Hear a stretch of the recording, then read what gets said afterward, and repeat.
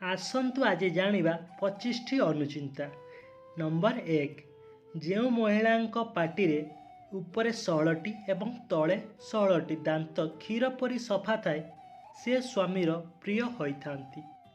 Number 2, जो महिला माने हसिबा बेले पार्टी अल्प खोले एवं दांत देखा जाए नहीं से स्वामी को पाई सौभाग्य आनी थांती। नंबर 3, महिला मानक हाथ कमल लम न थाए कांध आगक थाए से माने जीवन में बहुत सुख भोग करती। नंबर 4, जो महिला बाम हाथ में बेकरे गालरे ओठरे और कानरे तिल चिन्ह थाए से माने सुख भोग करिथांती। नंबर 5, जो महिला हाथ पापुली कमल एवं हाथ में पद्म पताका माछ और शंख चिन्ह थाए से स्वामी धनवान होइथांती। नंबर 6, महिला पाद आंगुठी गुड़ाक लगी रही थाए एवं कोमल होता है से बहुत सौभाग्यशाली होइथांती। नंबर 7, जो महिला पादर आंगुठी मध्य अधिक फांका थाए से माने धन संचय करिपारि नथांती। नंबर 8, महिला माने जदि किछि धला रंगर जिनिस काहाकु दान करती तेबे घरे केबे धनर अभाव हेबो नाही।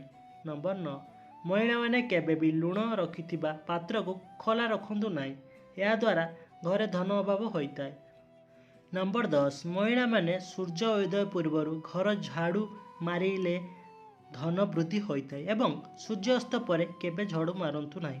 नंबर 11, महिला माने केबे भी संध्या रे पूजा समय रे कहारी को थट्टा किंबा अपमानित करंतु नहीं, यह अमंगल होता है। नंबर 12, महिला माने रोषेई करि सारिबा परे चूल्हा उपरे कौनसी अन्य जिनिस रखंतु नहीं, यह अमंगल होता है। नंबर 13, महिला माने केबे भी घरर दुआर मुहरे बसी भजन करंतु नहीं, यह द्वारा दारिद्रता आसे। नंबर 14, शोइबा खट पाखरे केबे भी चप्पल रखिबा उचित नुहे, यह अशुभ वृद्धि करने सहित मन एवं हृदय उपरे खराब प्रभाव पड़ी था। नंबर 15, सुना जिनस केबे भी बाम हाथ में पिंधिबा उचित नुहे एवं घरे लाल किंबा हलदिया कपड़ा रे सुना जिनस गुड़ाई रखिबा द्वारा शुभप्रद होता है। नंबर 16, विवाह रे बर कन्या अग्नि प्रदक्षिण कले दाम्पत्य जीवन सुखमय हुए एवं आपण शरीर आरोग्य रही है।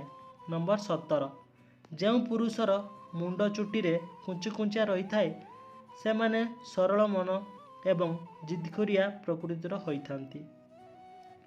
नंबर 18, बुधवार किन्नरों को शनिवार छोट व्यक्ति को रविवार अंध व्यक्ति को दान कले शुभ फल मिलता है। अंधारुआ स्थान रे एकुटिया बस नहीं किंबा भजन करंतु नहीं। नंबर 20, घर बाहर को गला बेले मुंडरे टिके चंदन लगे जातु आपणकर काम जय हेबो। नंबर 21, छोट पिलांक बिछना तले लुहा एवं कला टीका रखंतु, यह द्वारा पिला उपरे खराब शक्तिर प्रभाव पड़िबो नाही।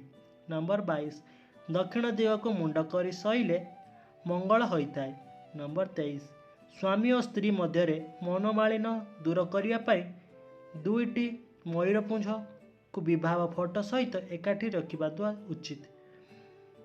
नंबर 24, पूर्व दिग को मुह करी भजन करंतु एवं दक्षिण दिग को मुंड करी शयन करंतु। नंबर 25, पुरुष किंबा नारी माने केबे भी निजर बेक खाली रखी यह अशुभ वृद्धि करे। जदि आपण मन भिडियोटी भल लगे तो निश्चिंत आम चैनल को सब्सक्राइब करंतु। जय जगन्नाथ।